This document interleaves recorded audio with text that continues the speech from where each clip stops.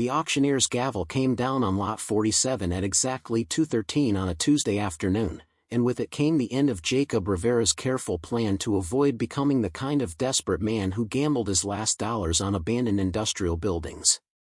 He'd bid $455, everything in his account except the $17 he needed for gas to get home, on a collapsed distillery nobody else wanted, and now he owned 3 acres of liability in Hackett County, Tennessee, along with a structure the county had condemned twice and given up on demolishing because asbestos abatement alone would cost more than the property was worth.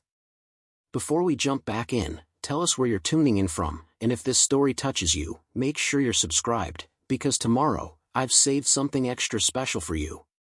His daughter Maya sat beside him in the county courthouse basement, 10 years old and understanding more than Jacob wished she had to about financial desperation and fathers making gambles that probably wouldn't pay off. She'd stopped asking if they were going to be okay months ago, had learned to read his face for the truth he tried to hide, had become the kind of child who packed her own lunch because she knew her father was calculating every dollar.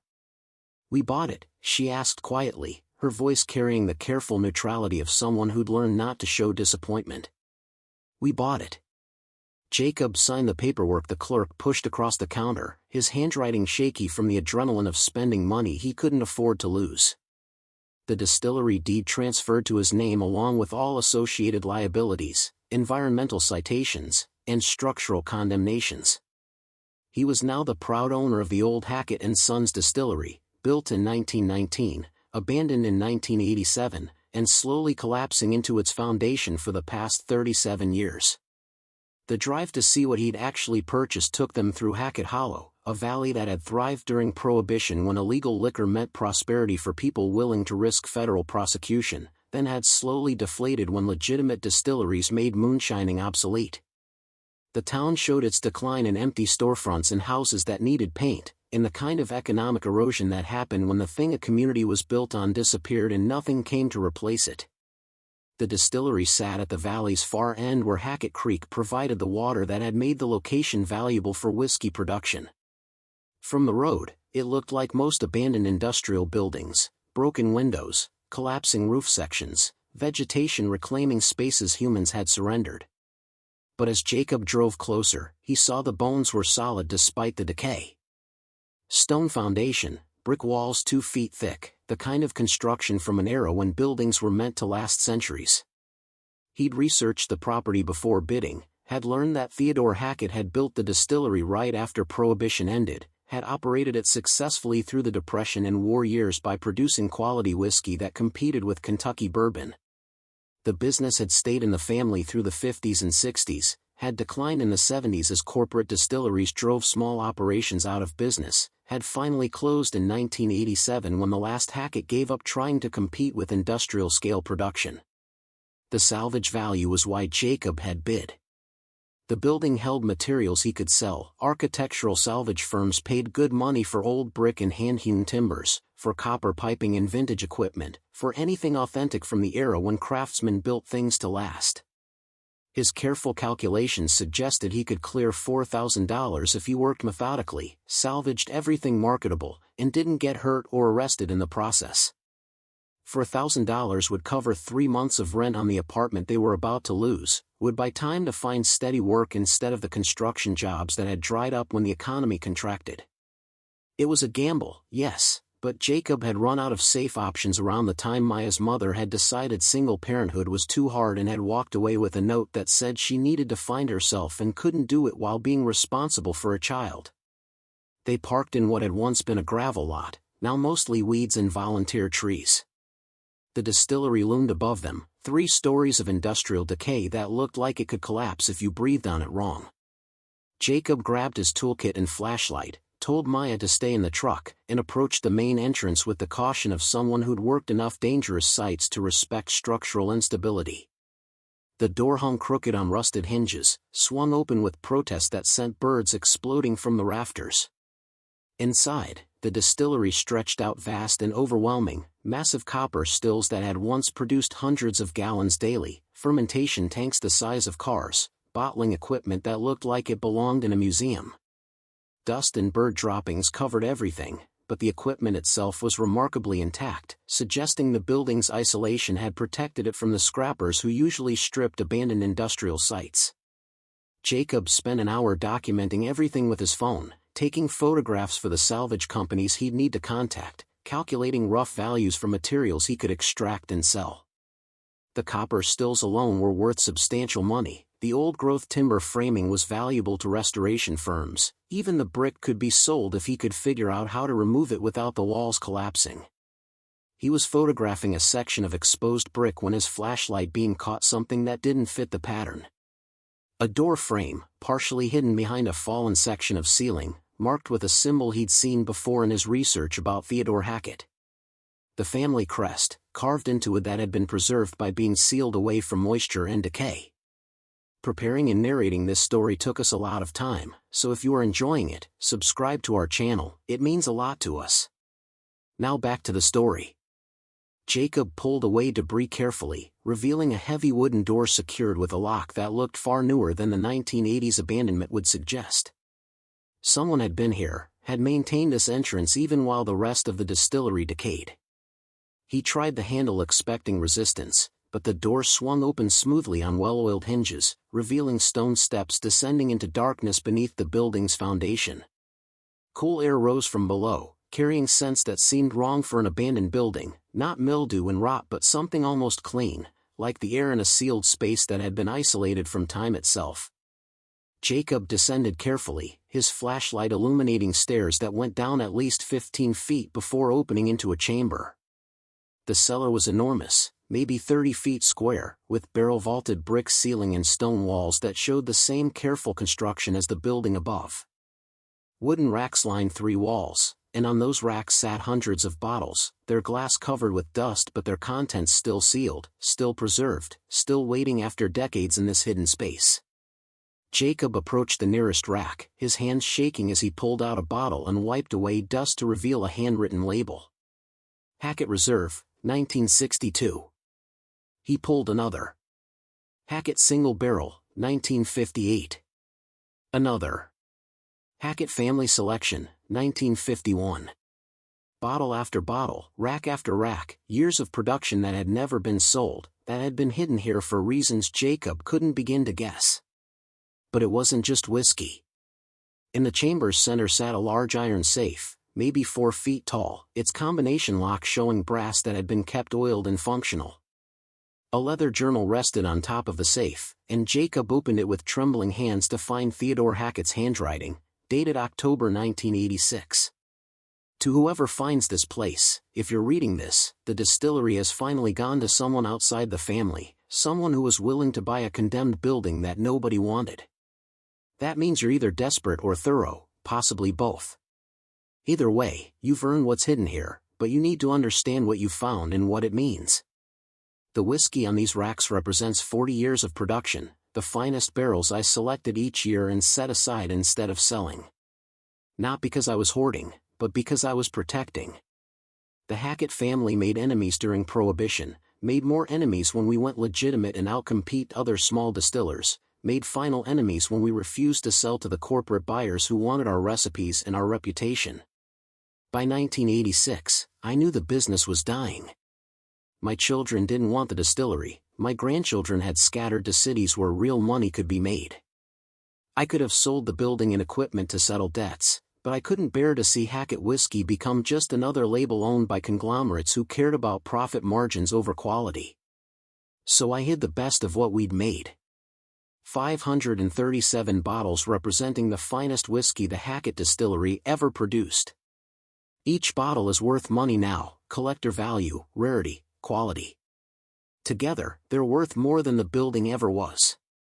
But they're also proof that small operations could compete on quality even when they couldn't compete on scale.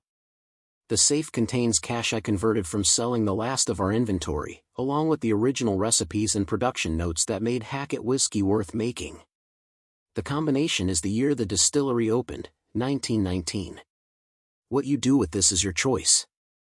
Sell it all and take the money, or preserve what I tried to preserve, proof that craftsmanship mattered, that quality existed, that small family operations built things worth remembering even when the market moved on and left them behind.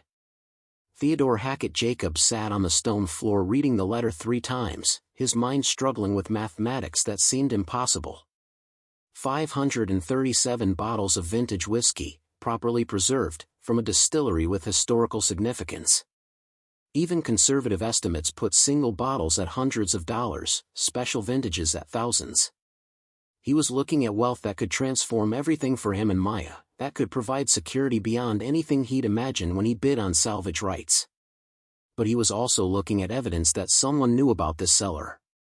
The maintained lock, the oiled hinges, the fact that Theodore's letter suggested this was intended for whoever bought the property, all of it implied others might know what was hidden here, might be watching to see what the new owner found. Jacob climbed back to ground level, his legs shaky from adrenaline and the weight of discovery, and found Maya exactly where he'd left her, reading a library book in the truck with the patience she'd learned from too many hours waiting while her father worked dangerous salvage jobs. "Find anything good?" she asked, looking up from her book. Jacob chose honesty because Maya had earned it through everything they'd survived together. "Yeah, honey. I found something that might change everything. But I need to figure out what to do about it before I tell you more." He was starting the truck, his mind churning through impossible decisions, when a black SUV pulled into the gravel lot, moving slowly in the way vehicles do when the occupants are searching for something. 2 men got out, both wearing work clothes that were too clean, their posture suggesting they weren't here for friendly conversation. The older of the 2 approached Jacob's window with the confidence of someone used to getting what they wanted. "You're the one who bought the distillery at auction." "I am." Jacob kept his voice neutral, his hand finding his phone in his pocket, ready to call 911 if this conversation went wrong. "Name's Garrett Mercer. This is my son Colin. My family owned the land adjacent to this property for generations, have been trying to acquire the distillery for years." Garrett pulled out a folded paper. "We're prepared to offer you $8,000 for it. Transfer happens this week. You walk away with a profit and don't have to deal with salvage work or environmental citations." $8,000. Double what Jacob had expected to make from salvage, offered immediately by people who'd been watching the auction, who'd known he'd bought the property, who'd come here within hours of the sale. Which meant they knew or suspected something about what the building contained. "Why do you want it so badly?" Jacob asked. "Investment. Historic preservation. Plans that don't concern you if you're smart enough to take a generous offer for property you paid $455 to acquire." Colin spoke for the first time, his voice carrying an edge his father's didn't. "Or you can refuse and discover that salvaging a condemned building with environmental violations gets complicated when the county decides to enforce all the citations that have been accumulating for 37 years. The threat was barely veiled, the kind of pressure applied by people who were used to getting their way through a combination of money and influence." Jacob thought about the hidden cellar, about Theodore Hackett's letter, about the fact that the Mercers had appeared within hours of the auction with an offer that suggested they knew the property's value went beyond salvage. "I need to think about it," Jacob said, keeping his voice steady despite his hammering heart. "You've got 48 hours. Garrett handed him the paper. "After that, the offer expires and you're on your own with all the problems this property brings." After they left, Jacob sat in the truck trying to process what had just happened. Maya was watching him with the careful attention she gave to situations she didn't fully understand but recognized as important. "Are we in trouble?" she asked quietly. "Maybe. Or maybe we just stumbled into something that other people want, which means we've got leverage if we're smart about it." Jacob started the truck, his mind already working through who he could trust, who might help him understand what he'd found, and whether taking $8,000 and walking away was wisdom or surrender. The distillery stood behind them in the afternoon light, its bulk holding secrets that had waited decades for someone desperate enough to buy a condemned building, thorough enough to find a hidden door, curious enough to descend into a cellar that held more than anyone expected. Theodore Hackett had trusted that eventually someone would come along who'd understand what was worth preserving, even if understanding came wrapped in financial desperation and impossible choices. Jacob drove away with his daughter beside him, $455 poorer but possibly far wealthier than he'd imagined, carrying knowledge that made him a target for people who'd been waiting decades to acquire what Theodore had hidden. The salvage job he'd planned had just become something far more complicated, and the next 48 hours would determine whether desperation led to salvation or disaster.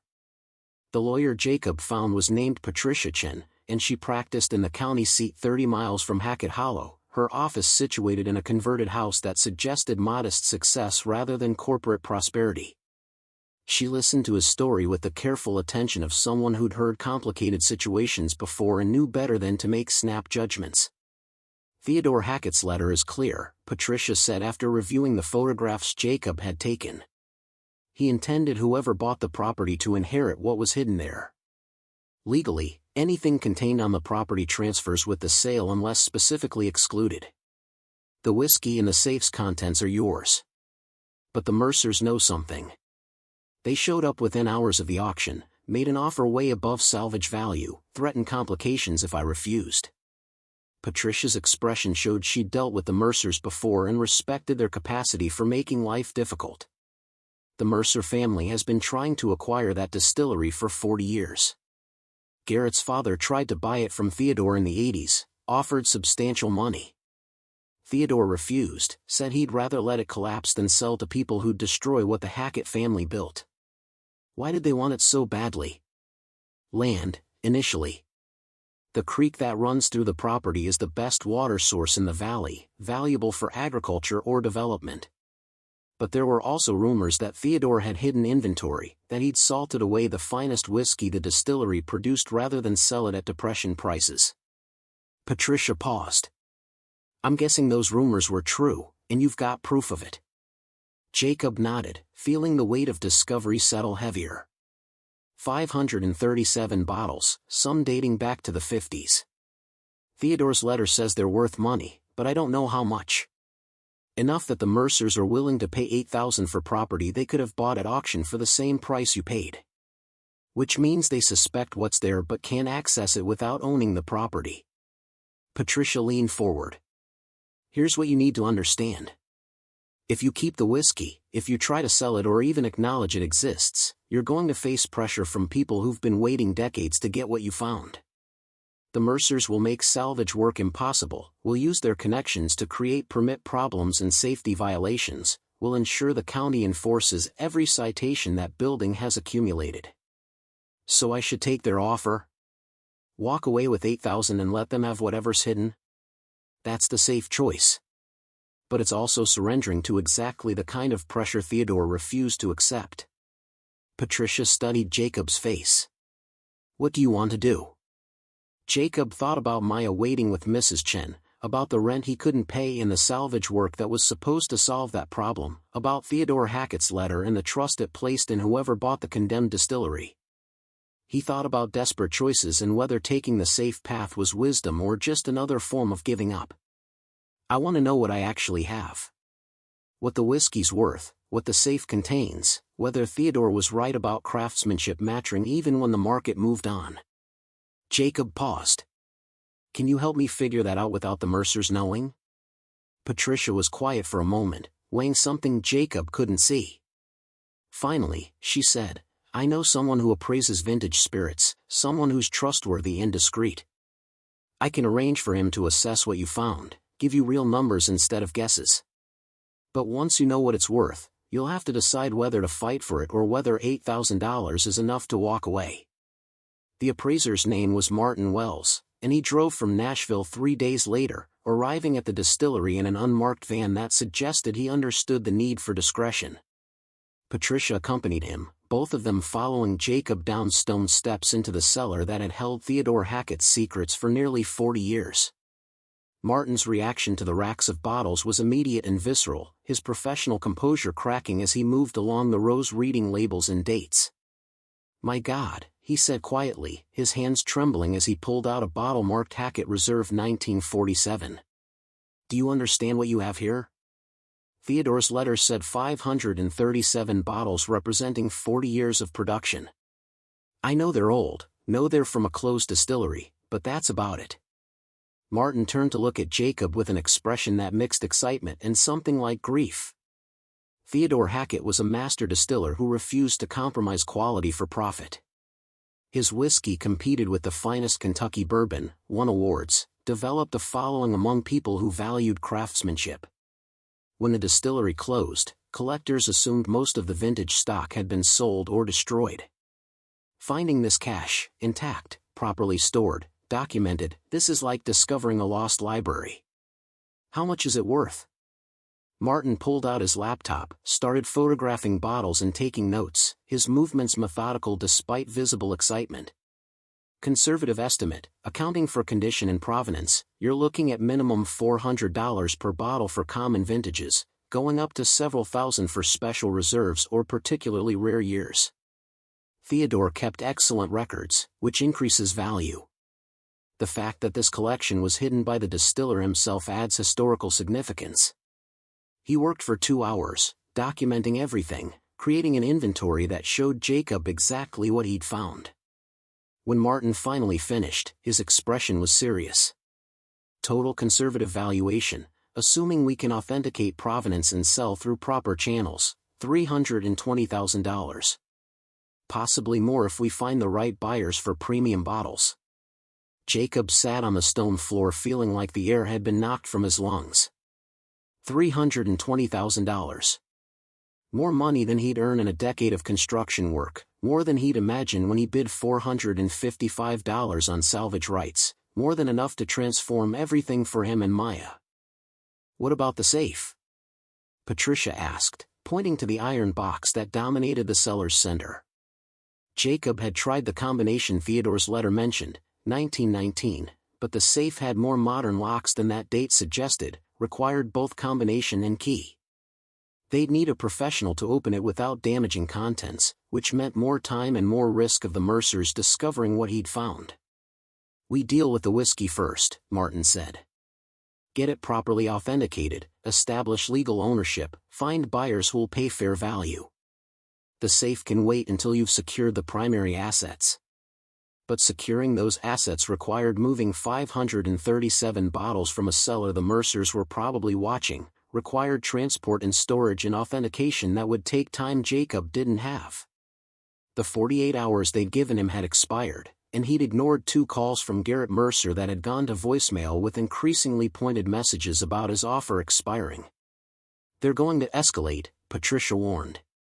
When you don't respond, when they realize you're not taking their offer, they'll start creating problems. Permit issues, environmental citations, possibly even claims that you're trespassing or damaging condemned property. Can they do that legally? They can try. They've got connections with county officials, have been major employers in Hackett Hollow for generations. Whether their pressure is legal matters less than whether it's effective. Patricia paused. You need to move fast, get the whiskey secured before they realize what you're doing. Over the next week, Jacob worked with an intensity born of knowing time was running out.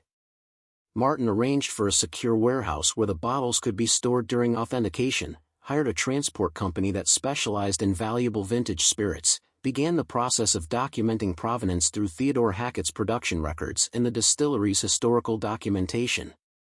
Jacob moved the bottles himself, working at night when the Mercers were less likely to be watching, carefully packing each one in protective materials and loading them into Martin's van for transport to Nashville. Maya helped during one late-night session, her small hands gentle with bottles that were older than her grandfather, her face serious with the understanding that what they were protecting mattered beyond its monetary value. Mr. Hackett wanted someone to keep these safe, she said while wrapping a 1956 vintage in bubble wrap. He could have sold them or destroyed them, but he hid them instead. That means he believed they were worth preserving. Yes, he did.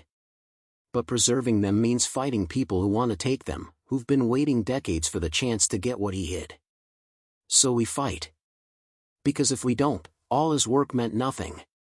The simple clarity of it, the 10-year-old logic that saw complicated situations and reduced them to essential truth, made Jacob recognize something he'd been avoiding.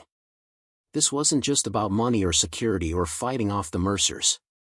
It was about honoring what Theodore Hackett had protected, about refusing to surrender to pressure that valued profit over principle, about teaching Maya that some things were worth defending even when surrender would have been easier. The Mercers discovered what Jacob was doing 3 days before the last bottles were moved. Garrett appeared at the distillery with Colin and 2 other men, their posture aggressive, their presence a clear message about boundaries being crossed. "You were supposed to accept our offer and disappear," Garrett said, his voice hard. "Instead, you've been sneaking around removing property that belongs to this building, property that should transfer with any sale. The property transfers with the building, which I own. What I do with it is my business. Not when you're removing valuable assets while negotiations are ongoing. That's theft, possibly fraud, definitely grounds for legal action." Garrett stepped closer, trying to use his size to intimidate. "You're in over your head, Rivera. You bought a condemned building thinking you could salvage some materials and make quick money. You found something you shouldn't have, and now you're making this complicated when it could be simple. Simple meaning I give you what Theodore Hackett spent 40 years protecting? What he specifically hid from people exactly like you." Colin moved forward, his posture threatening.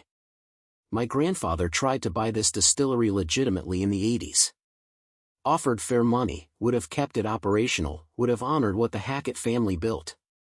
Theodore refused out of spite, let the business die rather than sell to competitors. Whatever he hid here, he hid out of petty grudges, not noble principles. That's not what his letter says. He protected quality because he didn't trust people who valued profit margins over craftsmanship. Looking at you both, I understand why." The confrontation escalated from there, Garrett threatening legal action and county intervention, Jacob standing his ground while documenting everything on his phone, both of them understanding that this conflict was about more than whiskey or money or even the distillery itself. It was about whether inherited grudges mattered more than truth, whether pressure could force surrender, whether desperate people who stumbled into good fortune deserved to keep it when powerful people wanted to take it. Patricia arrived before the situation could turn physical, her presence diffusing immediate tension even as the underlying conflict remained. "Mr. Rivera owns the distillery and all contents legally. If you have claims otherwise, file them through proper channels. This confrontation on his property is trespassing and harassment." After the Mercers left, Patricia turned to Jacob with an expression that showed she'd expected this escalation. "They'll go after you through the county now. Environmental citations, safety violations, claims that you're operating illegally. They'll make salvaging the building impossible, make your ownership so expensive and complicated that you'll have to sell just to escape the legal costs. Can they actually do that? They can try. Whether they succeed depends on how hard you're willing to fight and whether you've got resources to outlast their pressure." Patricia paused. "The whiskey's value helps, gives you leverage. But selling it takes time, requires authentication and finding proper buyers. The Mercers will move faster, will try to force your hand before you can convert those bottles into money you can use to fight back." Jacob spent that night at the warehouse where the bottles were stored, sitting among racks of vintage whiskey that represented Theodore Hackett's life's work, thinking about the choices that had led him here. He'd bought the distillery because he was desperate, had found Theodore's cash because he was thorough, had refused the Mercers' offer because surrendering felt wrong in ways he couldn't articulate. Now he was fighting people with more resources and connections, defending ownership of property he'd purchased legally but which they believed should have been theirs. Maya called around 10, Mrs. Chen having let her stay up late because she'd sensed the situation was serious. "Are you okay, Dad?" "Yeah, honey. Just thinking through some complicated stuff. About the whiskey and the men who want it. About whether fighting for it is smart or just stubborn. About what Theodore Hackett wanted when he had all this, and whether I'm honoring that or just being difficult because I don't like being pushed around." Maya was quiet for a moment, then said something that cut through his uncertainty. "You told me once that doing right sometimes costs you, but the cost of not doing right is worse. The right thing is protecting what Mr. Hackett protected. The wrong thing is giving it to people who only see money when they look at something he thought was worth 40 years of careful work. After hanging up, Jacob sat among the bottles thinking about his daughter's wisdom, about the fact that she'd learned to recognize principle because she'd watched him try to live by it even when circumstances made principle expensive. He thought about Theodore Hackett hiding this whiskey instead of selling it, trusting that eventually someone would come along who'd understand what was worth preserving, choosing faith over certainty in ways that probably seemed crazy to people who valued practical over principled. The authentication process took 3 weeks, Martin working with distillery historians and vintage spirits experts to document provenance and establish that these bottles were genuinely what Theodore's records claimed. The process revealed something else. Theodore had hidden not just whiskey but evidence. Production records that showed the Mercer family had tried to sabotage Hackett Distillery operations in the 70s, had pressured suppliers and distributors, had systematically undermined a competitor they couldn't beat on quality. This explains why Theodore wouldn't sell to them, Martin said, showing Jacob documents that detailed the Mercers' campaign. They'd spent years trying to destroy his business, then tried to buy the ruins when he was failing. He chose to let it die rather than give them the satisfaction. The documents also showed something else. Theodore had converted his final inventory to cash in 1986, had sealed it in the safe along with these records, had created a complete archive of both his craft and the attempts to destroy it. Getting into that safe became urgent, not just for the money it might contain but for the evidence that could protect Jacob from whatever the Mercers tried next.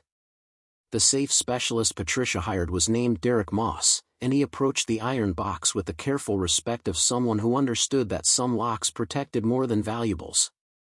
He worked for 6 hours, using tools and techniques that looked more like surgery than breaking and entering, finally getting the mechanism to yield with a click that seemed too quiet for the weight it carried. The distillery would stand long after Jacob was gone, would continue producing whiskey using methods Theodore had documented, would employ people and serve craft and honor the principle that quality mattered even when quantity was more profitable. That was enough. More than enough. It was legacy built through choice rather than inherited, purpose found through accident rather than planning, proof that sometimes desperate gambles led to places worth going even when the path wasn't clear at the start. 15 years after buying the distillery, Jacob stood with Maya at the property's edge where Hackett Creek marked the boundary Theodore had defended and Jacob had protected. Maya was 25 now, had studied chemistry and distilling, had worked at operations in Kentucky and Scotland, and had returned to take over day-to-day management of the family business with skills that exceeded his and vision that honored tradition while embracing innovation. "We're expanding the barrel aging space," Maya said, showing him plans she developed with Sarah. "Using Theodore's original designs but scaling up to meet demand. We're also starting a mentorship program, training young distillers in traditional methods, making sure the knowledge doesn't die with our generation." Jacob studied the plans, seeing in them the same commitment to craft that Theodore had valued, the same understanding that some things were worth doing properly even when shortcuts were available. "Your grandfather would have liked this. Not Theodore, but my father. He died before you were born, worked construction his whole life, believed in building things that lasted. Like you did with this place. I stumbled into this.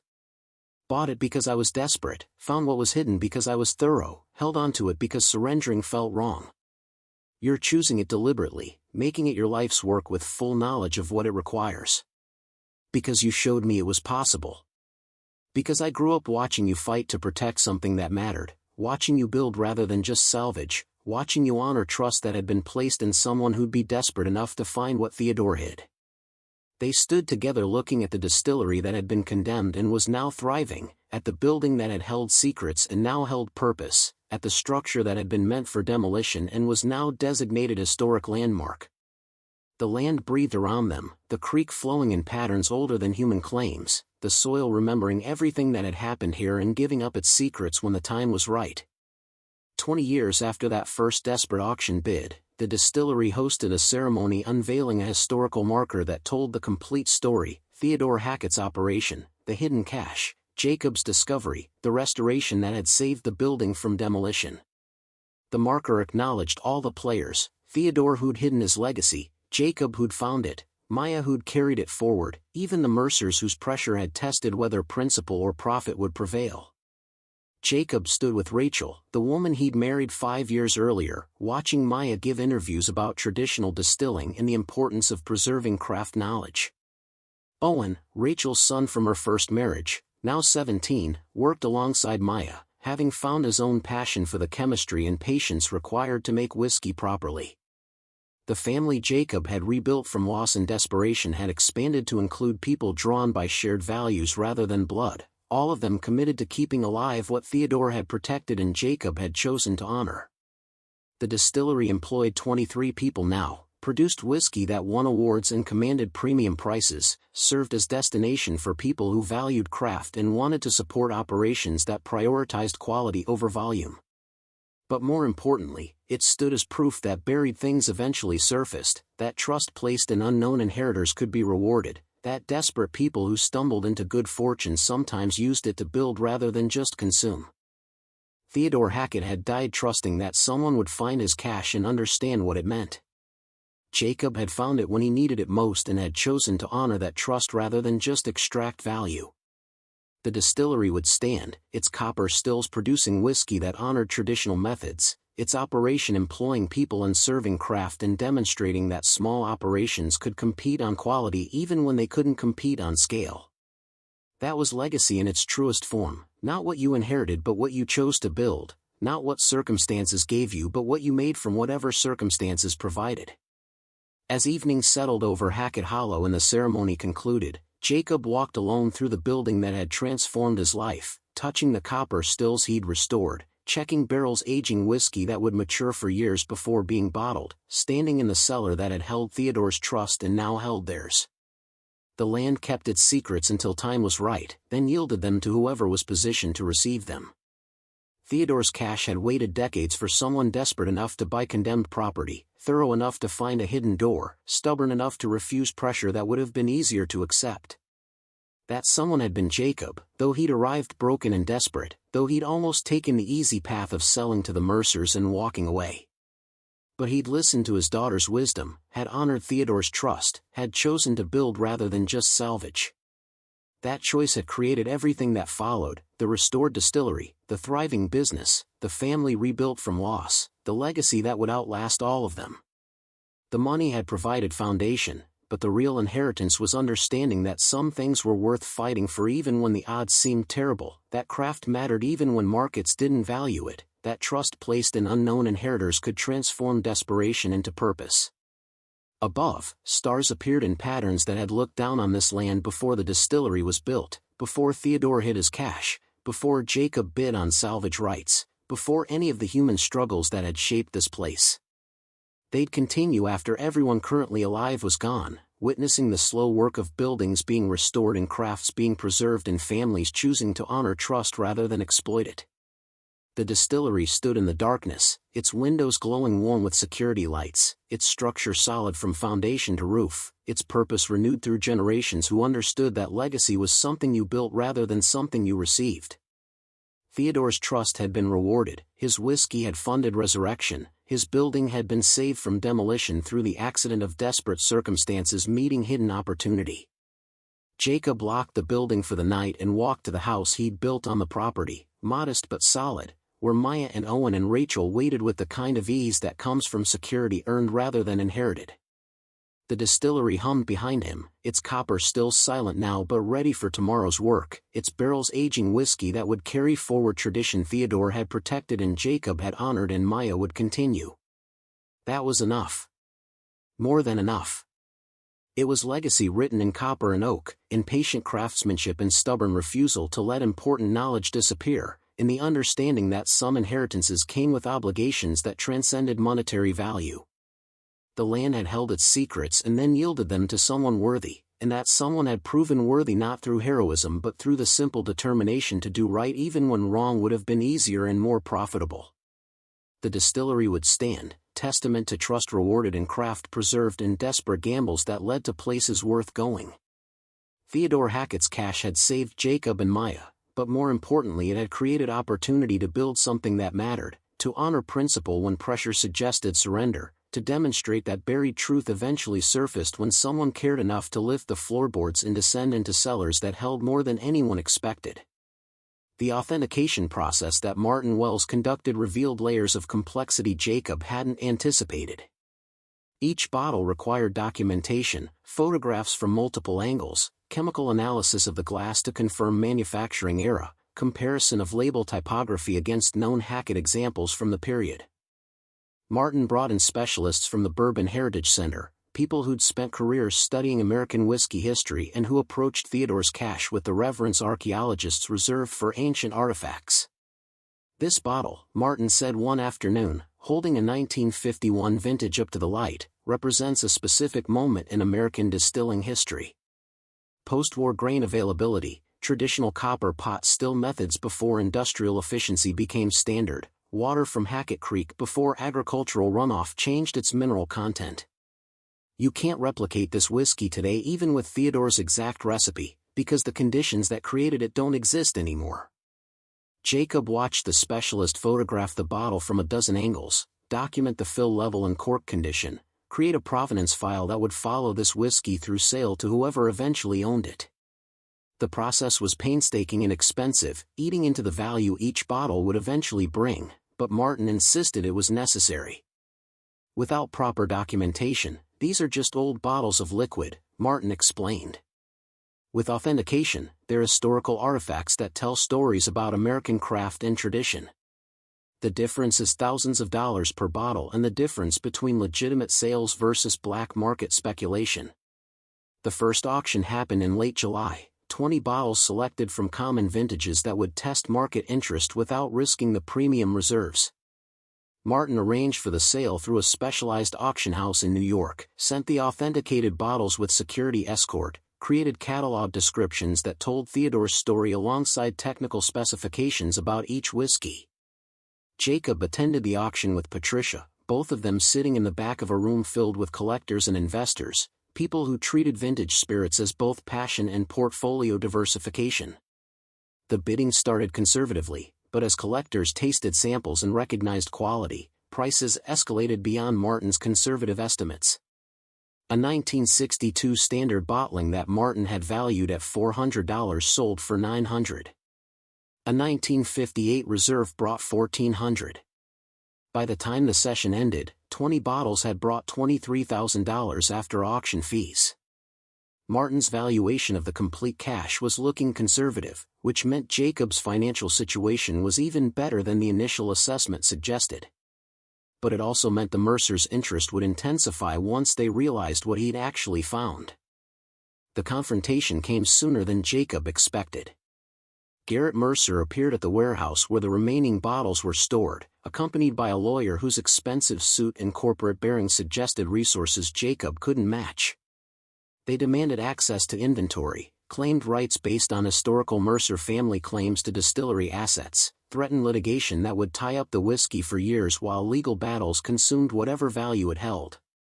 Patricia met them with documentation Jacob had gathered from Theodore's safe, evidence of the Mercers' systematic campaign to destroy Hackett Distillery through supplier interference and market manipulation. Letters showing they'd pressured distributors to drop Hackett products, spread false rumors about contamination, systematically undermined a competitor they couldn't beat on quality. "Your family spent decades trying to destroy Theodore Hackett's business," Patricia said, her voice carrying the steel of someone who'd handled bullies before. "He documented everything, kept records that show a pattern of illegal interference in commerce. If you want to litigate Mr. Rivera's ownership of whiskey that was legally part of the property he purchased, we'll countersue for damages from your family's historical harassment campaign.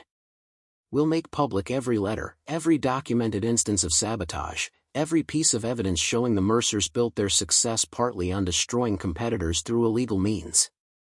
The Mercer lawyer looked at the documents Patricia had spread across the table, his expression showing recognition that this wasn't the simple intimidation case he'd expected. "These allegations are decades old, statute of limitations would apply, to criminal prosecution, yes. But not to civil claims for reputational damage, not to historical record, not to public interest in how prominent families built their wealth." Patricia leaned forward. "Do you really want those documents filed in court records where journalists and historians can access them? Want the Mercer name associated with systematic business sabotage just as you're trying to expand into new markets?" After they left, Patricia turned to Jacob with an expression that mixed satisfaction and warning. "That buys us time, but it doesn't end this. They'll regroup, find other angles, possibly go after you through the distillery building itself, environmental violations, safety citations, anything that creates leverage." She was right. Within a week, county inspectors appeared at the distillery citing anonymous complaints about structural hazards and environmental contamination.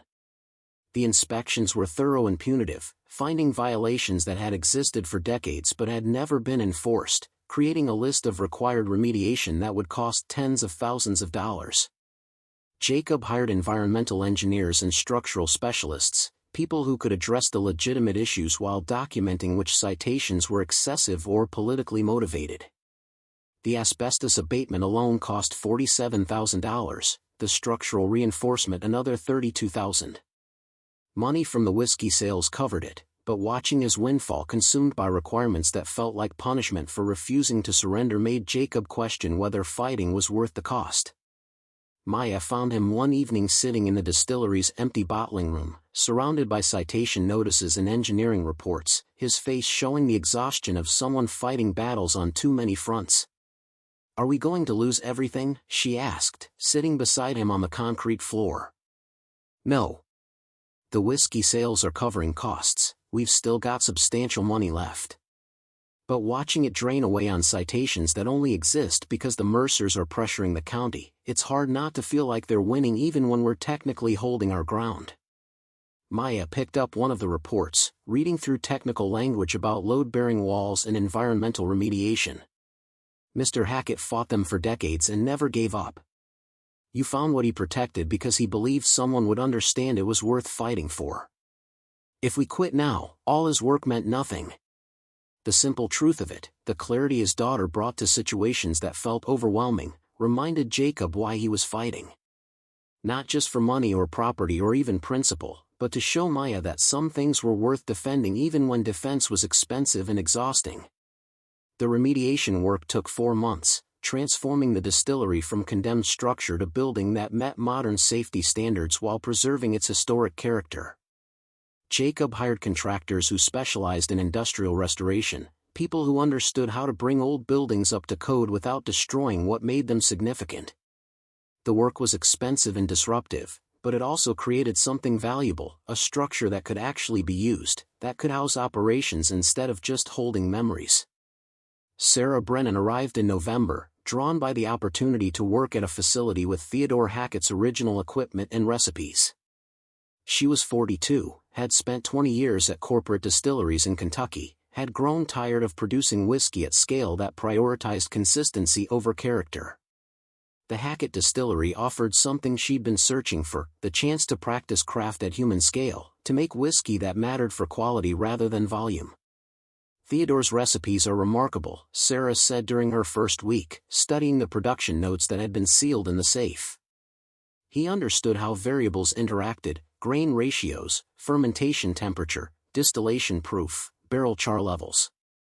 Most distillers of his era worked from tradition and intuition. Theodore documented everything, created a knowledge base that lets us recreate his methods with precision." She set up a small test operation in one corner of the distillery, using Theodore's equipment to produce experimental batches that would reveal whether his recipes could still create whiskey that competed with modern production. The first batch was disaster, too much char, fermentation temperature wrong, final product harsh and unbalanced. The second was better but still flawed. The third showed promise, hints of the complexity that had made Hackett whiskey valued before the distillery closed. Jacob watched Sarah work with the kind of focused intensity he recognized from other craftspeople who cared about outcomes beyond paychecks. She'd arrive before dawn to check fermentation temperatures, would stay late adjusting still settings, would taste samples with the critical assessment of someone who refused to accept good enough when better was possible. "This is going to take time," Sarah warned him after 3 months of experiments. "Theodore spent decades perfecting his craft. I'm trying to recreate it from notes and instinct, using equipment that hasn't operated in 40 years, working with water and grain that aren't exactly what he used. It might take years before we're producing whiskey that honors what he built."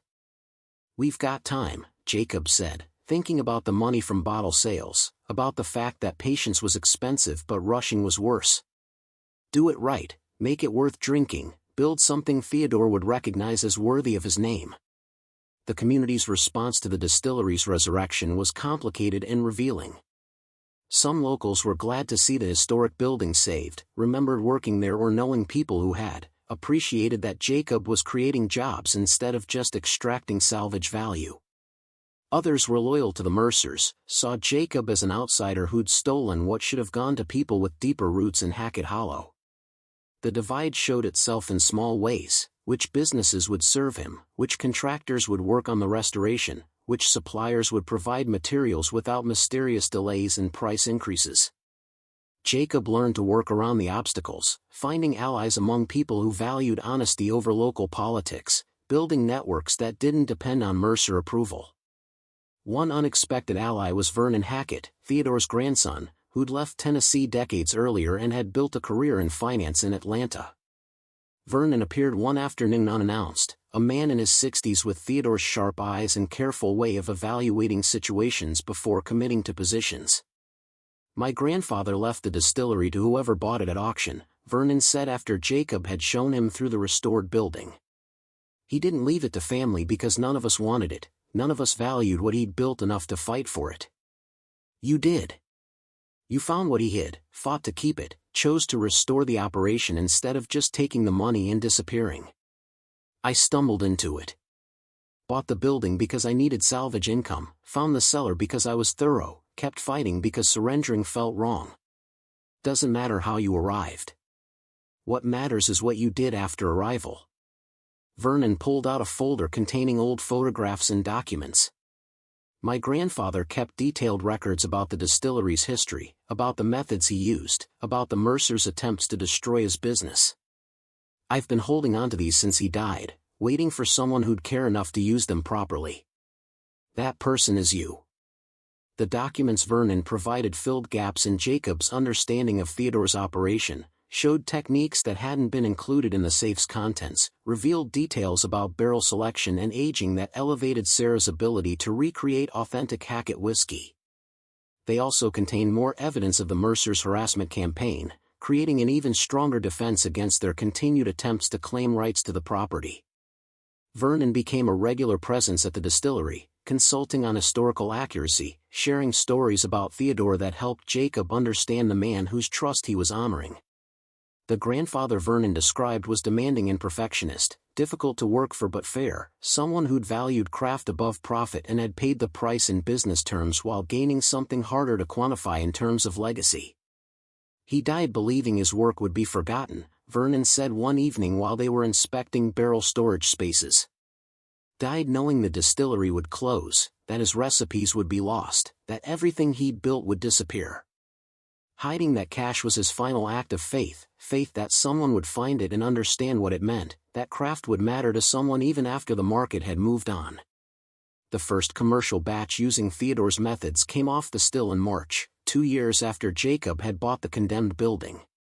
Sarah had spent months perfecting the process, adjusting variables until the whiskey showed characteristics she recognized from the vintage bottles, the complexity and balance that had made Hackett products valued by people who understood quality. They filled 300 bottles from that first batch, labeled them Hackett Legacy with notes explaining the distillery's history and the restoration that had brought it back to operation. The bottles sold out within a week, demand far exceeding supply, people willing to pay premium prices for whiskey made using traditional methods in a facility that had been saved from demolition. The success created new challenges.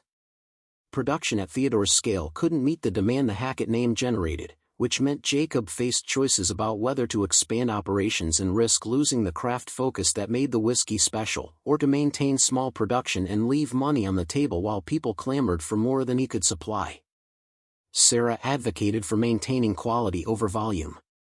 Theodore built a reputation by refusing to compromise. "If we scale up, if we sacrifice character for capacity, we become just another craft distillery making mediocre whiskey with a good story. Better to make 300 exceptional bottles than 3,000 acceptable ones." Maya, now 15 and working summers at the distillery, had different perspective. We could expand carefully, add capacity without losing craft focus. Hire people who care about quality, train them in Theodore's methods, create jobs that serve the community while honoring what makes this special. Jacob listened to both positions, recognizing merit in each, understanding that this decision would define what the distillery became, a small operation producing limited premium whiskey, or a growing business that employed more people and served craft at slightly larger scale. The choice wasn't just about whiskey or money or even Theodore's legacy.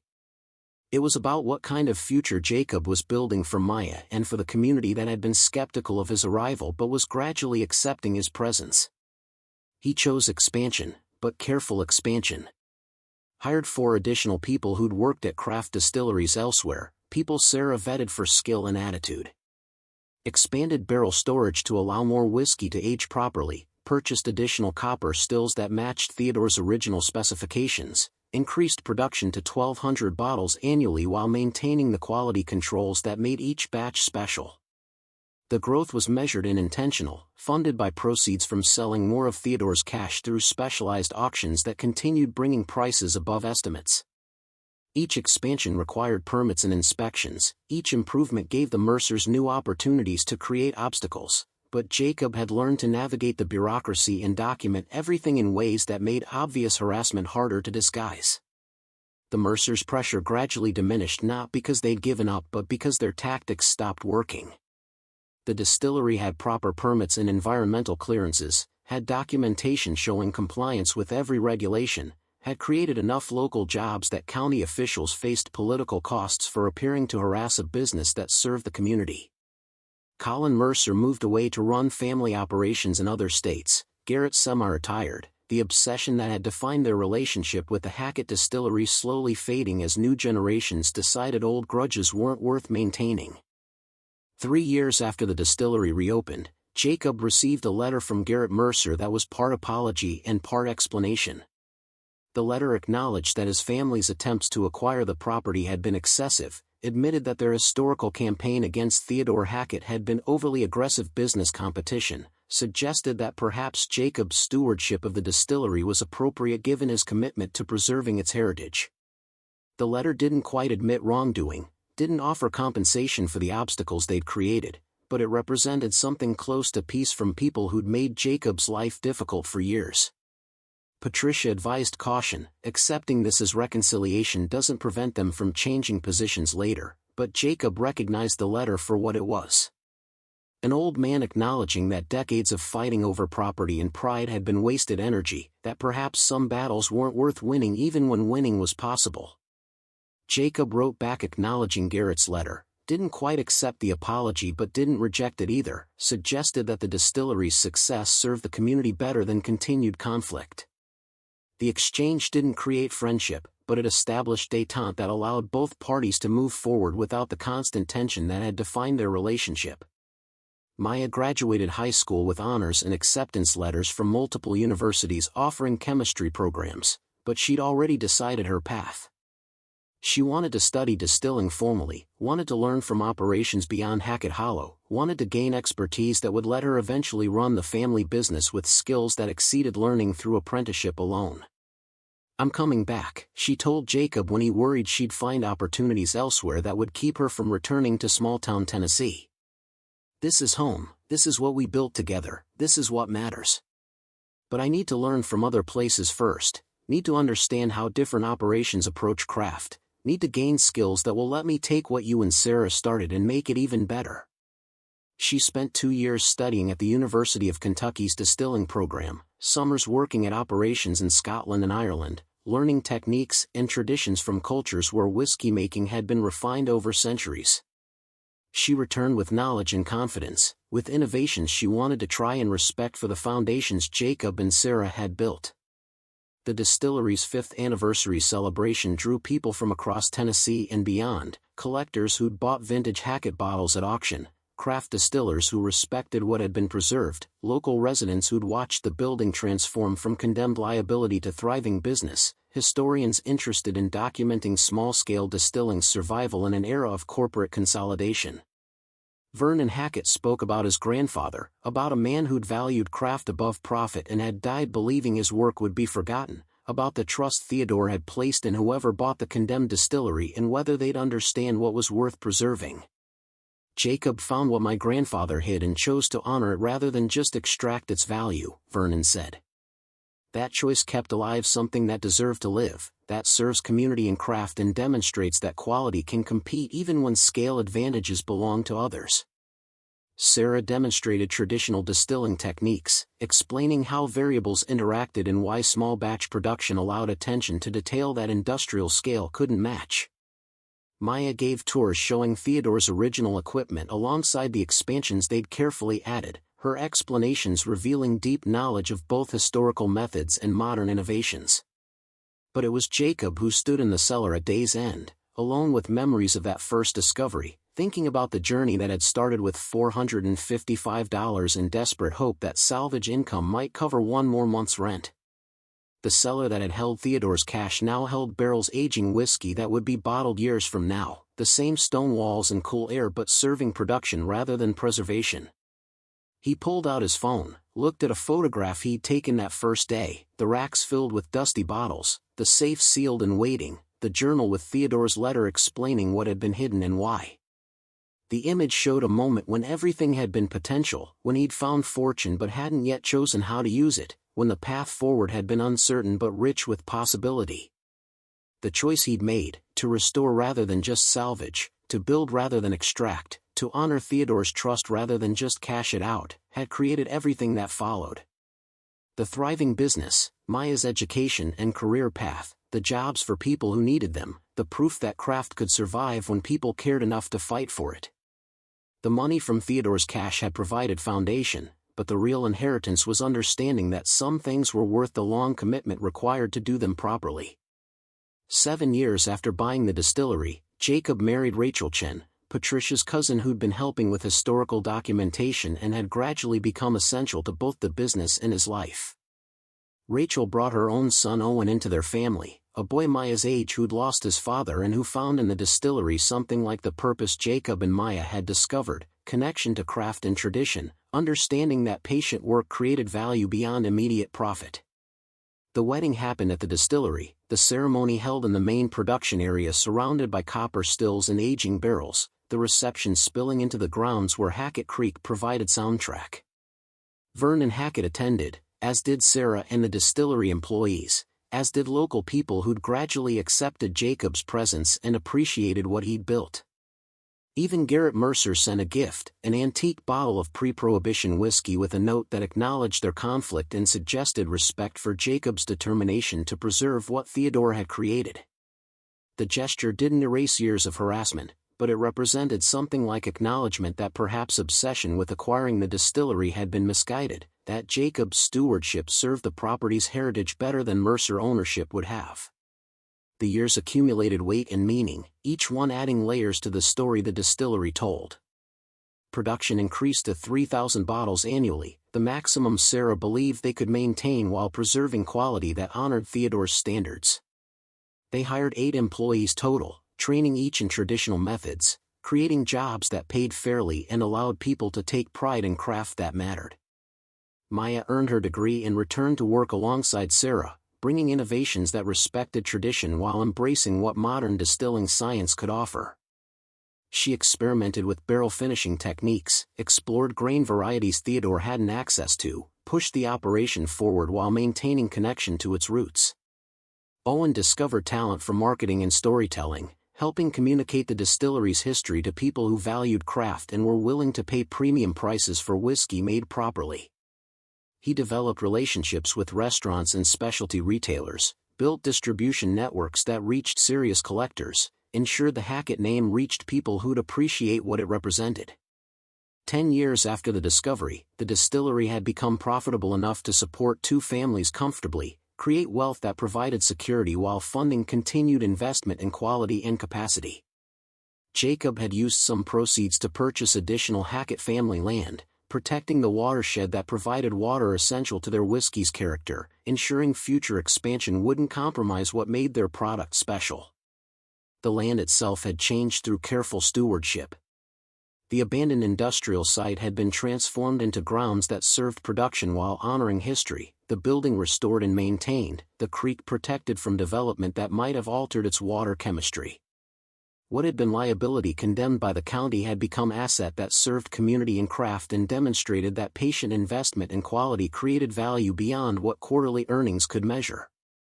15 years after that first desperate auction bid, Jacob watched Maya give a presentation at a distillers conference, explaining how traditional small-batch methods could compete with industrial production when quality mattered more than volume. She spoke with authority born of deep knowledge, with confidence that came from years of practice, with passion that reflected genuine belief that craft deserved preservation even when market pressures pushed toward consolidation and efficiency. The audience included distillers from corporate operations and small family businesses, people who faced daily choices about whether to preserve tradition or surrender to economic pressures that made compromise seem inevitable. Maya's presentation offered alternative, that it was possible to maintain quality, that markets existed for properly made products, that Theodore Hackett's belief in craft over profit hadn't been naive idealism but practical approach that created sustainable value. After the presentation, a young distiller approached Jacob, asked about the decision to restore rather than just salvage, wanted to understand how someone with no experience and limited resources had managed to build viable operation from condemned building and hidden cash. "I didn't manage it through skill or planning," Jacob said honestly. "I stumbled into it desperate and ignorant, found something I didn't expect, made choices that felt right without knowing if they'd work. Theodore Hackett created the opportunity by hiding his legacy where someone would find it. I just happened to be the person desperate enough to look. But you chose to build rather than just take the money and disappear. That's the part I'm trying to understand, how you knew restoration was worth the cost and risk." Jacob thought about this, about the decade and a half that had passed since finding Theodore's letter, about the journey from desperation to stability that had required faith in outcomes he couldn't predict. "I didn't know. But my daughter said something that helped me decide, that doing right sometimes costs you, but the cost of not doing right is worse." Theodore had protected something he believed mattered. Taking his money but destroying what he'd built felt like betraying trust even though he was dead and would never know.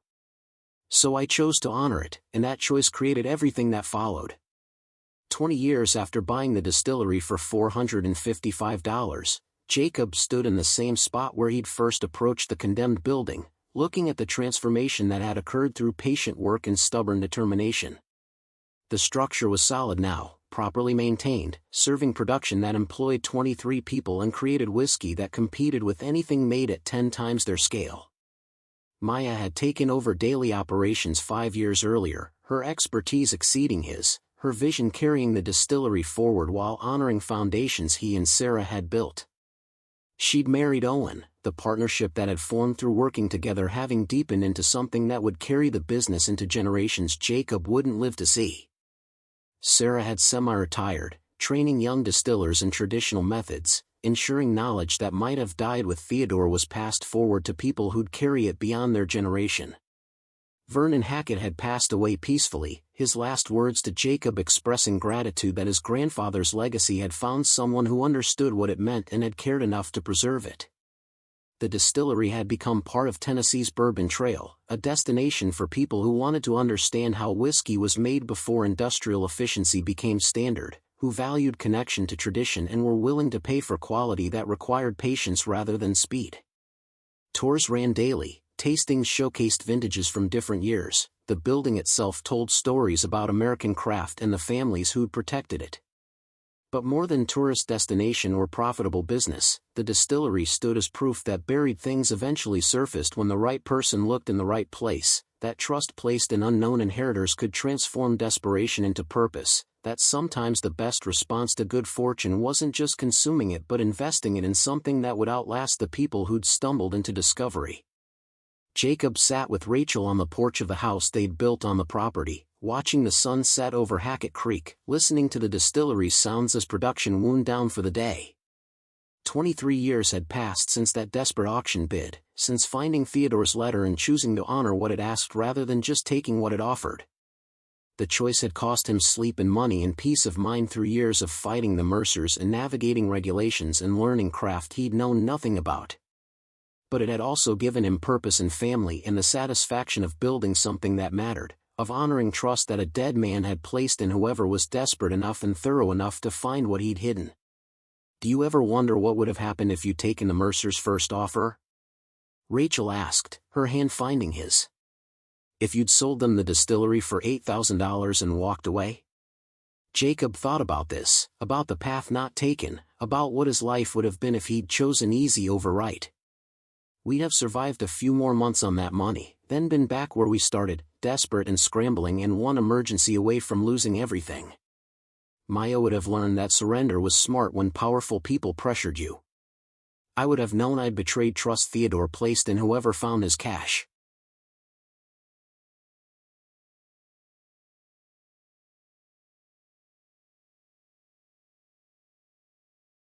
Instead you fought, built this, created something that employs people and preserves craft and demonstrates that quality can compete when people care enough. Instead I stumbled into doing what felt right and got lucky that right led somewhere worth going. Theodore created the opportunity. I just happened to be positioned to find it. They sat in comfortable silence as darkness settled over the valley, the distillery's lights coming on to illuminate a building that had been condemned and was now thriving, that had held secrets and now served craft, that had been meant for demolition and was now designated historical landmark.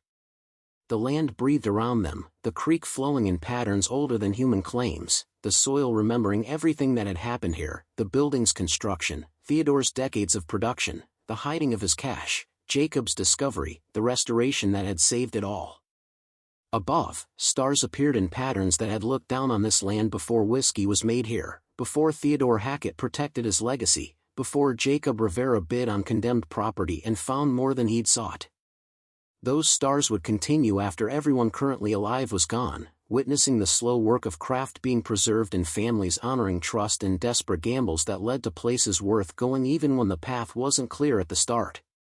The distillery stood solid in the darkness, its copper stills ready for tomorrow's work, its barrels aging whiskey that would mature for years, its operation serving tradition while creating sustainable business that would outlast the people who'd built it.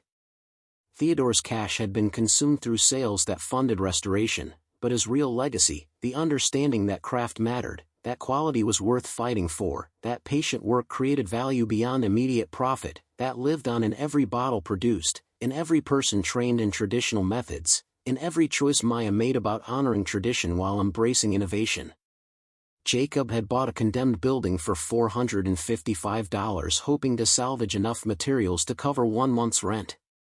He'd found instead a trust that transformed desperation into purpose, a fortune that funded building rather than just consuming, a legacy that demonstrated some things were worth defending even when defense was expensive and difficult.